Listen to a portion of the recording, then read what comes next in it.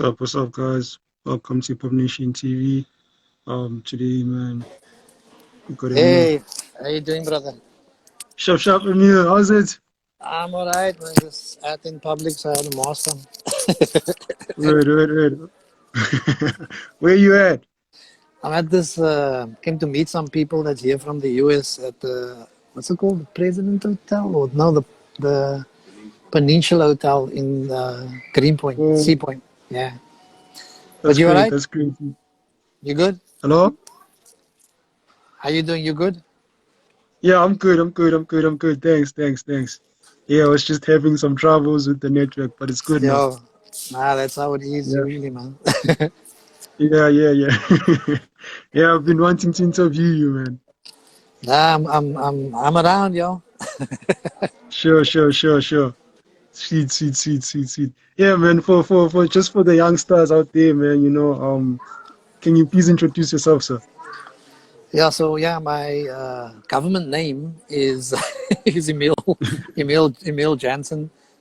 Performance name is Emile YX, and yeah, I been involved in hip hop since 1982 as a b-boy, Wow, and then around wow. 1988 we started Black Noise, which is then the rap group.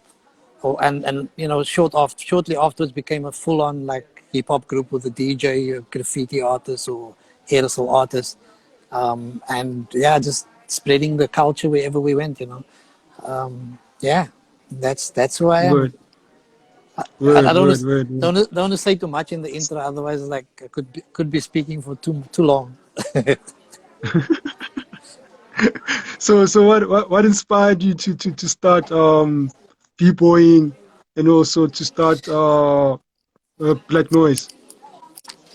Yeah, we were sort of doing dancing like Michael Jackson at that time, like everybody else, and like Yeah, we yeah. didn't know we didn't know that like Michael Jackson was copying the streets, like he was copying what was happening in the US on the streets, and True. which was essentially hip hop culture, and so when we saw b-boying, we were just like, yo, this we gotta do, you know what I mean. But a lot of the first dancers, like my crew, we were called Pop Glide crew, because we weren't really going to the floor, we weren't really b-boying yet, we were just popping and gliding, you know what I mean. And so hence the name Pop Glide crew. And so it's only towards the end of 1982 that we saw the first people like do stuff on the floor, because we from music videos that we would see on TV, or yeah, mostly music videos. The movies hadn't arrived yet in South Africa. Mm, So yeah, mm. so that influenced us, and we, initially we just like everyone else, like Black America is the epitome of cool. Everybody wants to be like African Americans. True. Yeah, so like whenever people say like like kids are copying, I'm like, yeah, but that's how it is. If that's what's sold to you as being cool, then you as a kid want to do that. And the quiet part or the nice part about it is that you can learn, you can learn to rap in your own accent, and like learn to embrace who you are and where you're from. But like the initial thing is hip hop catches you because it's something that, or you think it's something that is extremely cool and American, right? and True, then true, true. and then you find out afterwards, nah, it's actually cool and African, and like these are African Americans, and they are doing what our ancestors did, you know, and and so that's really why you were drawn to it. That ancient search is what drew you to the culture without you knowing it. Like now I look back and I'm like, yo, when I was in that circle, there was energies there that I couldn't explain. It was like, it's familiar. It's not something I don't know. You know what I mean?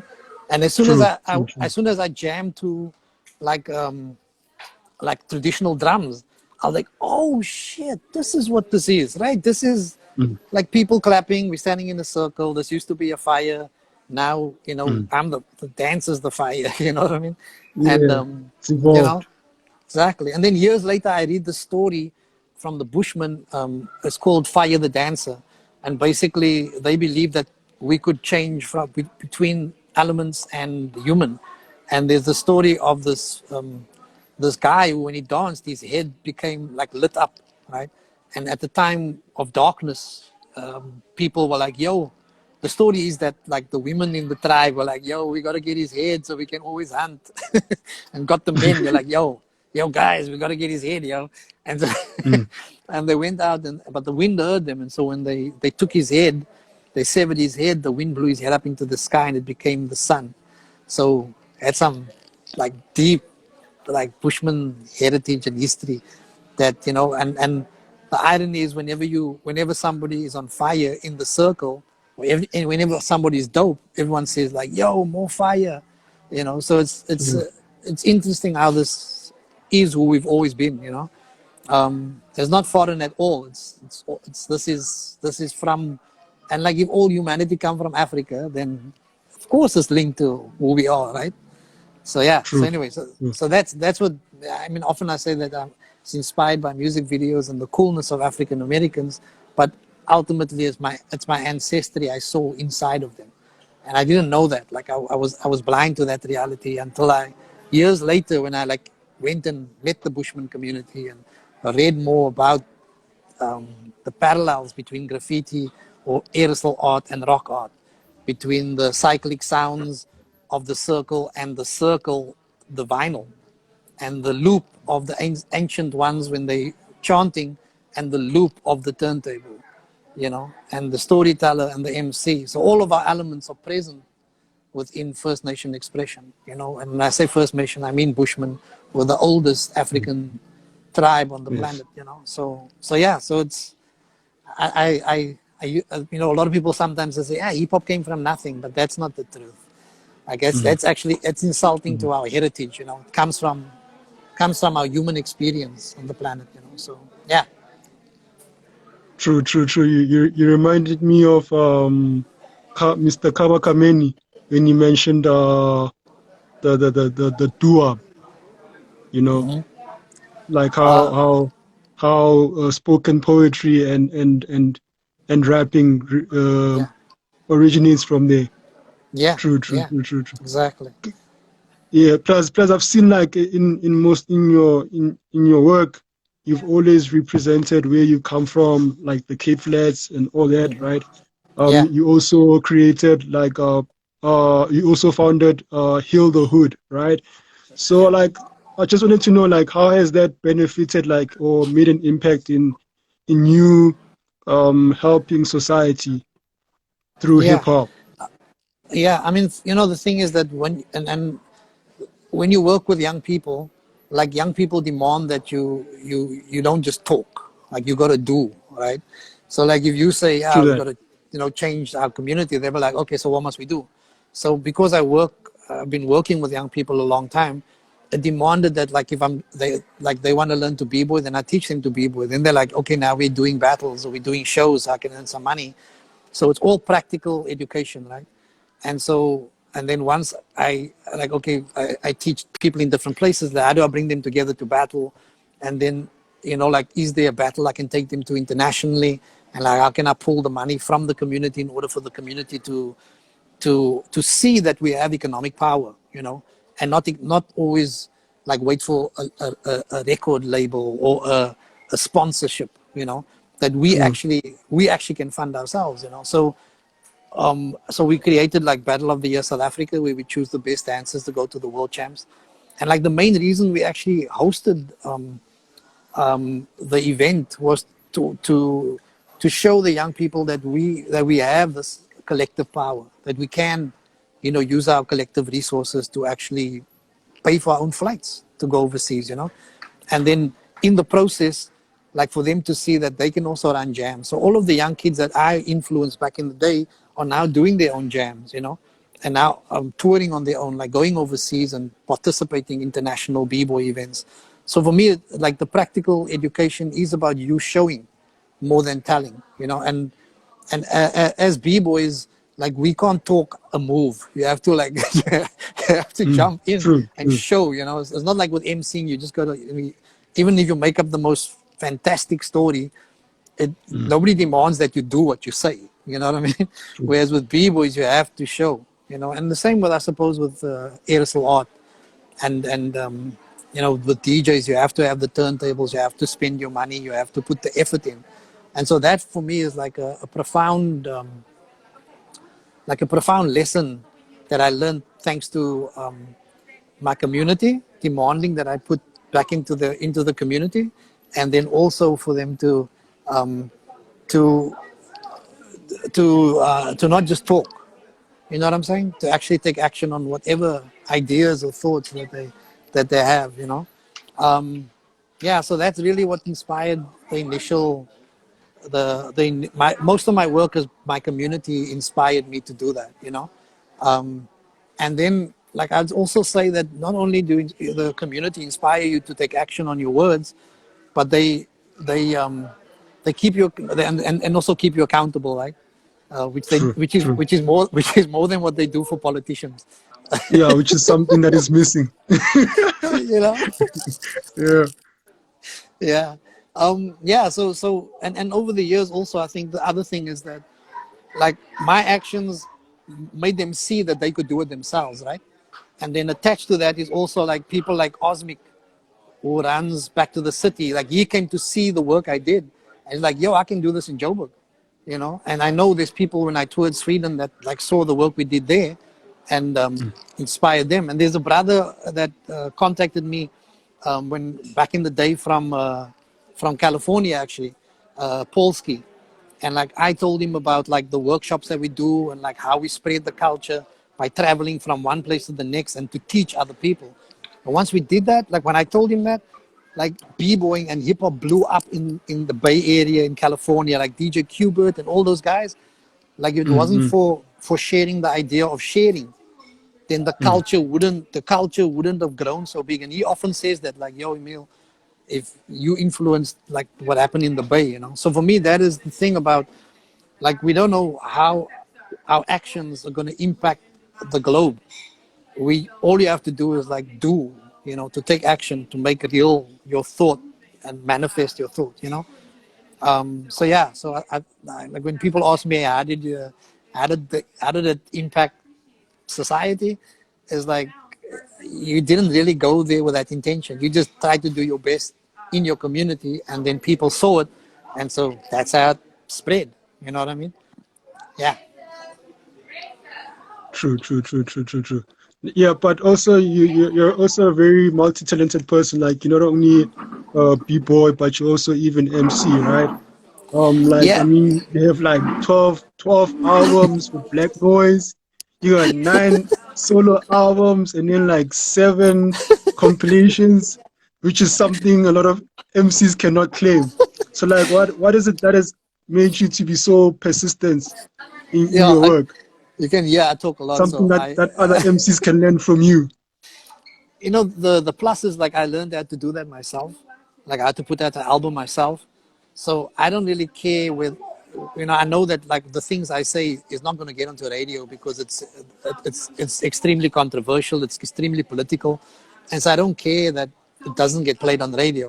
I know that what I say is necessary, and then I True. spread it, you know, spread it to just whoever is willing to listen. I'll, you know, share it with him. I even like there's a couple of songs that are about the political history, you know, and so Yes. for me it's important to put it out there so that it brings about the changes that are necessary. Like it's like documenting moments in time, right? So actually at True. the moment, True. like you probably have a back issue of my bio, because I actually have 13 with Black Noise and 13 solo albums. So Whoa. Whoa. That's even more. yeah, Yeah. Yeah. I've written for two more, which I'm trying to finish before I leave. You know what I'm saying? Yeah. Yeah. Yeah. But Plus, yeah, you even do plays, right?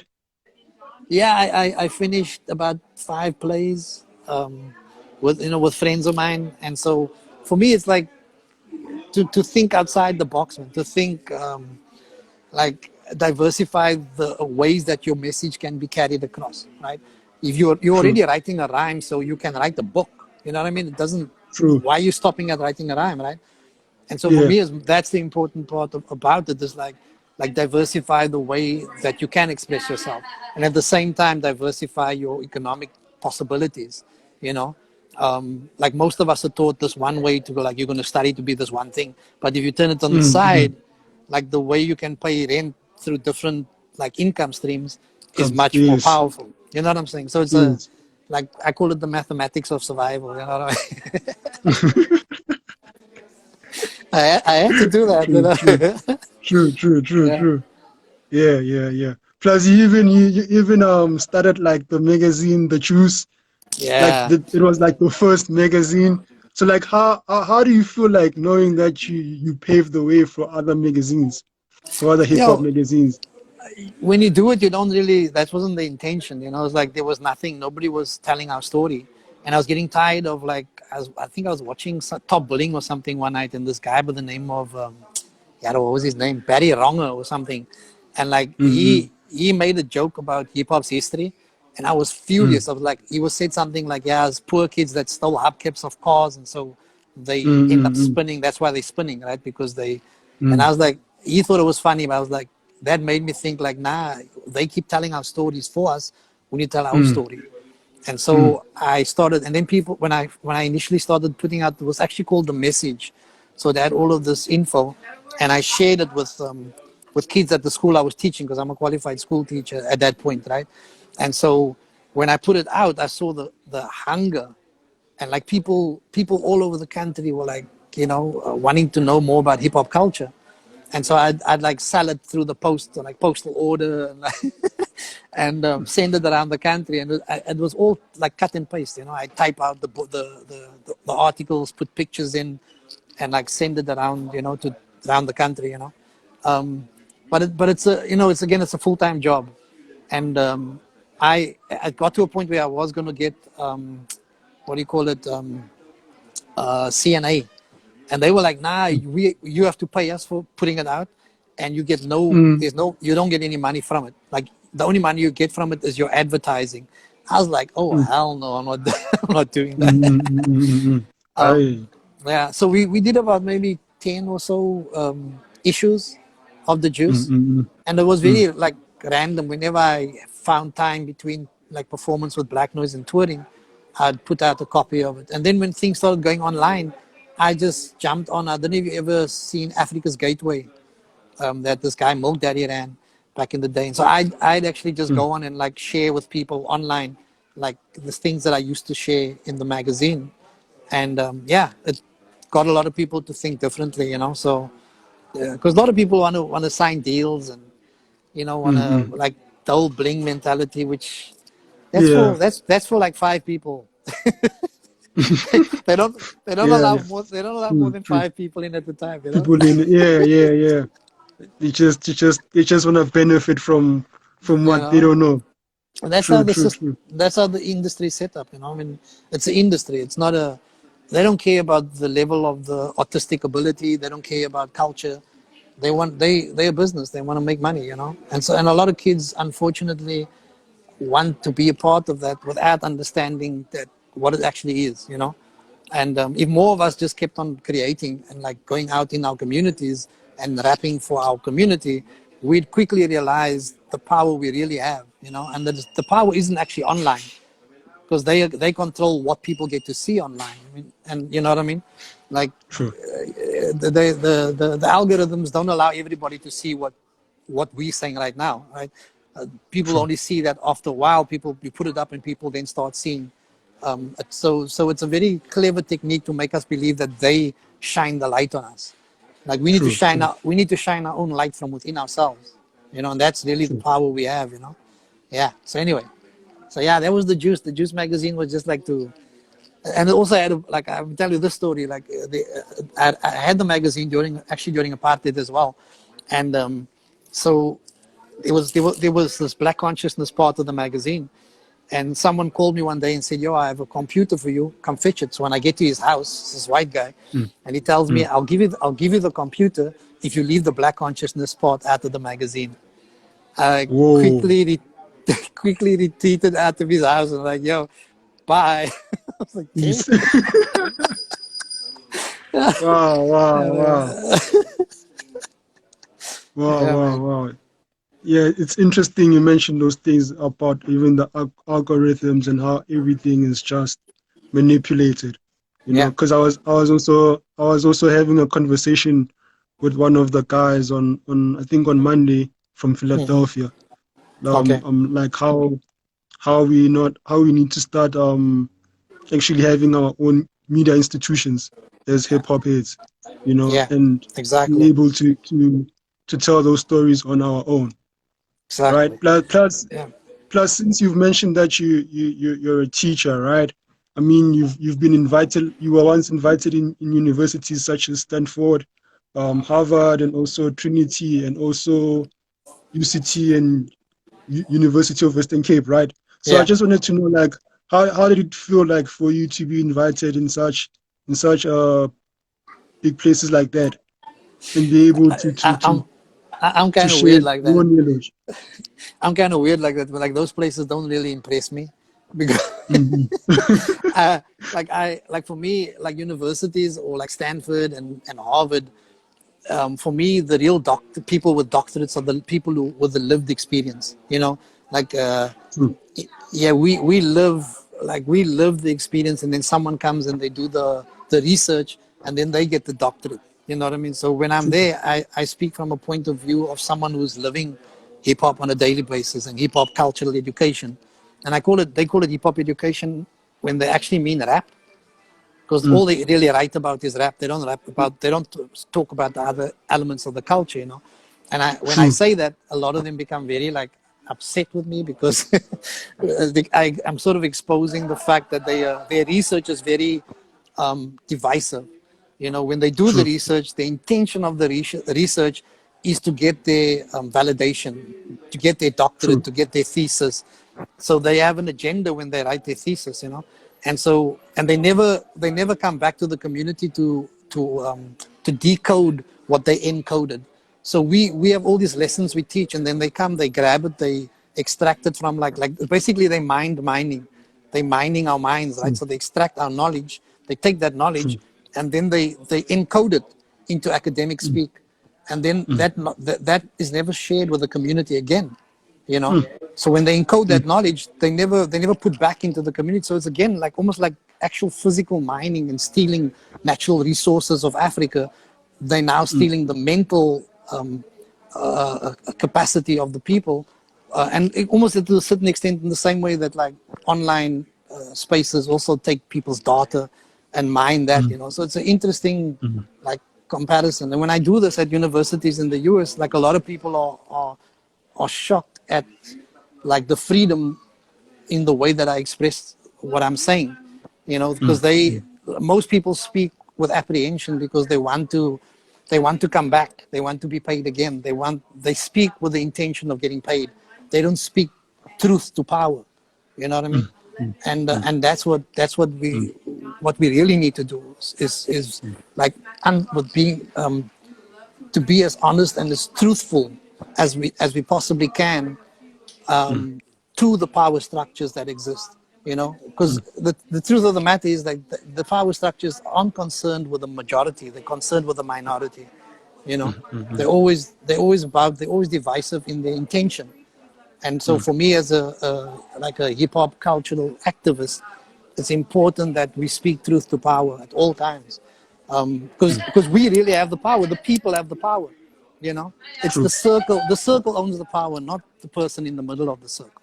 You know what I mean? Because true, and once we realize that, and they know that we will get to that point, so they try mm, to get us distracted as much as they possibly can. You know, but mm, once we realize that, we'll take our power back. And you know, being true, from South Africa, seeing this last election, we desperately need to take our power back. truly, true. I agree. I agree. I mean, when you just look at the history of imperialism, you see the same families still Yep, controlling our resources. yep, exactly, exactly. True, true. You know, so for me, it's also about like to change the content of information that's taught, because like you're saying, it's the same power structure, and that power structure pays academia to spread the same information for the benefit of capitalism. It's not for the benefit of you becoming wise, for you mm, unlocking your knowledge of who you are as a First Nation mm, people. No, it's all about them. It's all about you studying to buy into their franchise of capitalism. You're not studying to enlighten yourself. You understand? mm, And so mm. for me, Yes, that like yes. once you change the content of what is available for like the kids that I work with, now that they're learning about Africa and about Bushmen and First Nation, and that we belong to the land. It's not about owning the land. It's about the land owning you. So it's a Mm, complete different perspective from mm, capitalism and Eurocentricity. It's a mm, perspective where your life depends on making sure the land isn't destroyed. mm, So those First Nation people, it's not that they were so called to their, according to Europeans, uncivilized. They were more civilized than the Europeans because they understood that you need to live in harmony with nature and with the planet, and that mm. they understood that there are certain directions that they would not take. African places actually understood that they could, if they wanted to. If you look at the pyramids, if you look at that place was built, they're unable to do Yes, that damn it. today. And so, yeah, so Africans built that, and if they True. wanted to, they could go the direction of destruction and industry at the drop of a hat, but they chose not to go that direction because they understood, and their relationship with the planet was completely different from the relationship that Europeans have with the planet. And so people overlook this every time they speak about civilization. Like, there's a point at which these civilizations chose not to industrialize and to destroy the planet. They chose not to because they knew what would happen. Mm, And so for mm, me, that I think is mm, important when you want to bring about change, is to challenge. Like, change doesn't mean becoming like your oppressor. That's not change. You know what I mean? mm, So when mm. someone says like, "Yo, Definitely. we want to advance in Africa, we want to be like Europe," that's not change, Mm, because mm, that doesn't work for African people. What was mm, our mm, ancestors doing, and how did they? And a lot of First Nation people around the world, what did they do to bring about change that isn't mm, destructive? You know what I'm saying? mm, Yeah, mm, mm. It's true that it's interesting you mentioned that on the history of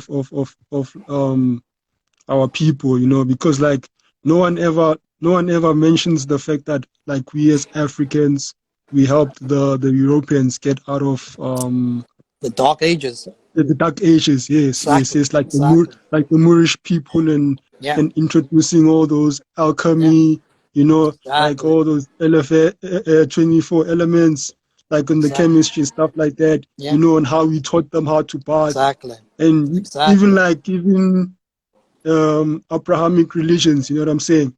Yep. Like you see a lot of the stories in the Bible, Quran, and the Yeah. Torah, like copied from our ancient history.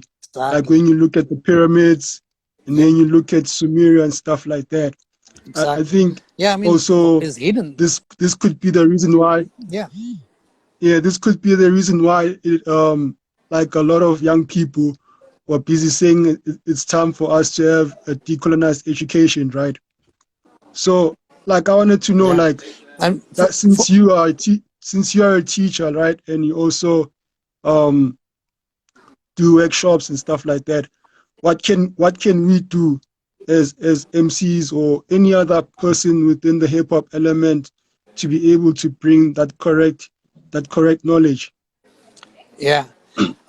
I think the main thing is to make it available, like to find it and share it, because they won't share it, And like, I have this thing that I'm trying to put together in next year, where we're trying to set up a tour throughout the country, all 9 provinces, and initiate true breweries, right? As a alternative to libraries, like, we True. don't want no more lies. We want the one information that's of African origin, that gives African people a sense of self-worth. You understand what I'm saying? So for me, it's like, that's not going to change unless we find ways to share this knowledge and information. And in order for us to really bring about the change that's necessary, nobody's coming. Our government and True. our political parties are so in bed with capitalism that they are not going to supply you self knowledge of self. They're not going to give you information that's going to liberate you, because they want you to work for the system. They don't want you to create something alternative, right? And so, in order for us to really bring about change, is like, how do we change this by supplying this information, writing our own books, telling our own stories, creating our own true libraries, creating our own True. schools, and that's really how change can come about. And there are people that have done this. I mean, Nation of Islam in the US have done this, where they had their own Yes, schools, yes, and other yes, black yes. consciousness organizations, the Black Panther Party. And so True. it's being done. And I feel like that's the only way that change can come about, is when the people, change needs to begin from the people. Like, we can't wait for government to bring about that change, you know. So the MCs out there, like, I speak to youngster quite often, when online, or when we share information, myself and D and other people, and you'll see when he says it, then kids are contacting me to ask where can they find that book, you know. So I think the MCs can at least mention these examples of heroes from our country, and knowledge, that kids are going to ask that same question: where's that knowledge from? Where's the book? What's the name of the book? Who's the author? Where can I find it? How can I share that knowledge with my community? And that's really how the change that we're waiting for, it will come. Like, again, that they say the line go, you the change that you've been waiting for. Like, that's what we need to start embedding. Like, nobody's coming. Africans have to liberate themselves. Like, nobody's coming to help you. You know what I mean? So True, yeah, I'd true, say, true. like, all the MCs, the DJs play songs that have this content in it, the graffiti artists to put murals up of Chris Hani and Steve Biko and Patrice Lumumba, and all of these Mm, these mm, mm, mm. these uh, these uh, Marcus um, Garvey. yeah, all of these powerful African people. And that's how you bring about change. It's like, don't wait for someone to fund you. Like, True, true. whoever's going to fund you is going to make sure that you do what they say you must do. Mm, Yeah. mm, mm, Yeah. mm. I hope that answered your question, but it begins with us to make the change that's necessary. True, true, true, true, true, true, true. A couple of years ago, right? You were also given like a lifetime achievement award Oh, from the South African Hip Hop Museum. yeah, So, yeah, like, how was that experience? To be recognized by such a big platform? yeah. I'm Because I'm always sometimes like most artists are only recognized when they're dead. You know what I'm saying? So, I know. yeah, yeah. I So was about to I was about to say that it made me worry a little bit. I was like, oh damn, I'm still alive, yo. Um, but I think coming from Cape Town, it's always good to be recognized, because Cape Town, like, it's a tough place. Like, we don't recognize our own. We always looking elsewhere. And so, like, ever since I've, like, met Osmic and, like, the guys up in Joburg, like, they've been celebrating the work that we've been doing, and I'm appreciative of it. I think that we should, and we've been trying actually in Cape Town to do the same. To celebrate our own community. But I don't want to be the one leading that again, because, like, yeah, I'm always Mm, the one, like, pushing to do stuff and I feel like I have to wait for like the new generation to be like, yo, let's have a Cape Town hip hop awards, or Cape Town hip hop mm, acknowledgement. You know what I mean? mm, um, mm, and which is necessary. And there are people that we have the ability to do it. But just that I'm like, I've been doing so many of these things that I don't want to be the first one to, like, yo, again, suggest.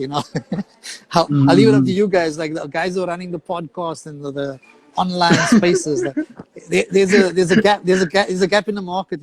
Take it. yeah, yeah. Because like Osmic last time when he posted that picture, he was like, "Yo, you guys are podcasters. What are you guys doing?" So like I was like, "Yo, man, okay, yeah." Like he's to be honest, yeah, he's speaking the truth. Like Yeah, yeah. we haven't made an effort to recognize you guys. So yeah, that's why I decided to take this moment to recognize you Ah, guys thanks. and hopefully, yeah, because I did last time I did I think I did just finger Oh, cool. and I did golden shovel. So yeah, Oh, hopefully nice, I don't know. nice. Yeah, Nice. but you guys should try and maybe at least like leave your emails like on your Sure. profiles, you know what I'm saying?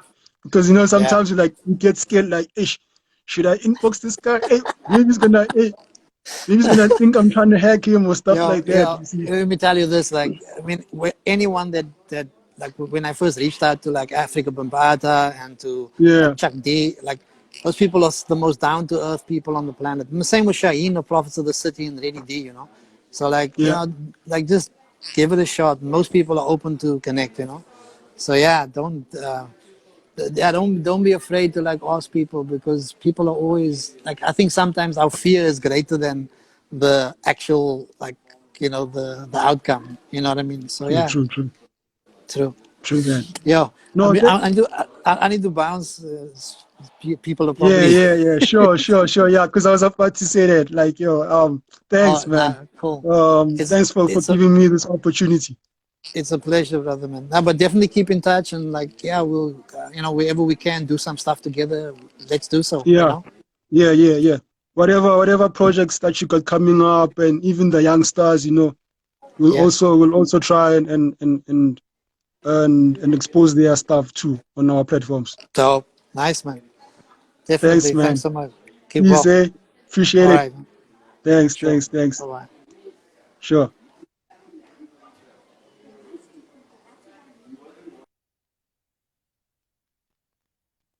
Oh, guys, that was another interview with Emile, um, from Cape Town. That's a legend right there, man.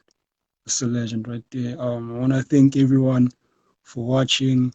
Mike, yeah, Mike Molo, thank you. I don't know if I pronounced it well. Thanks for watching. Island Rock Music, thanks for watching. Once Upon a Cypher, thanks for watching. Um, Maxine, thanks for watching. Caleb, thanks for watching. Kingsy, thanks for watching.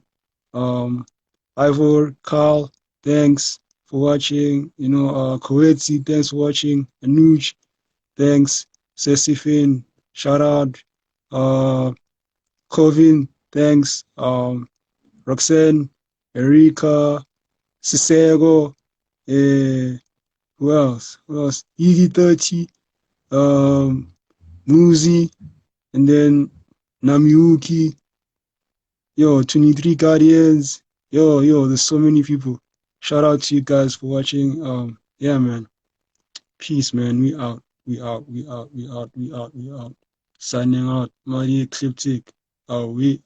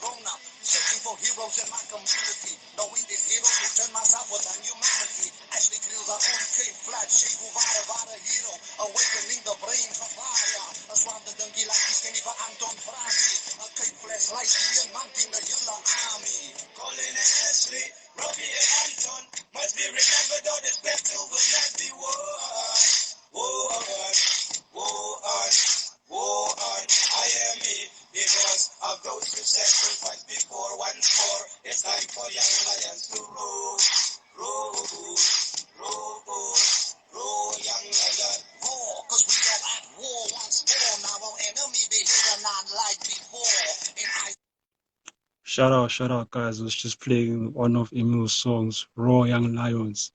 Shout out to all the young people out there who want to make the change. Yeah, don't give up, guys. Yeah, it's so good.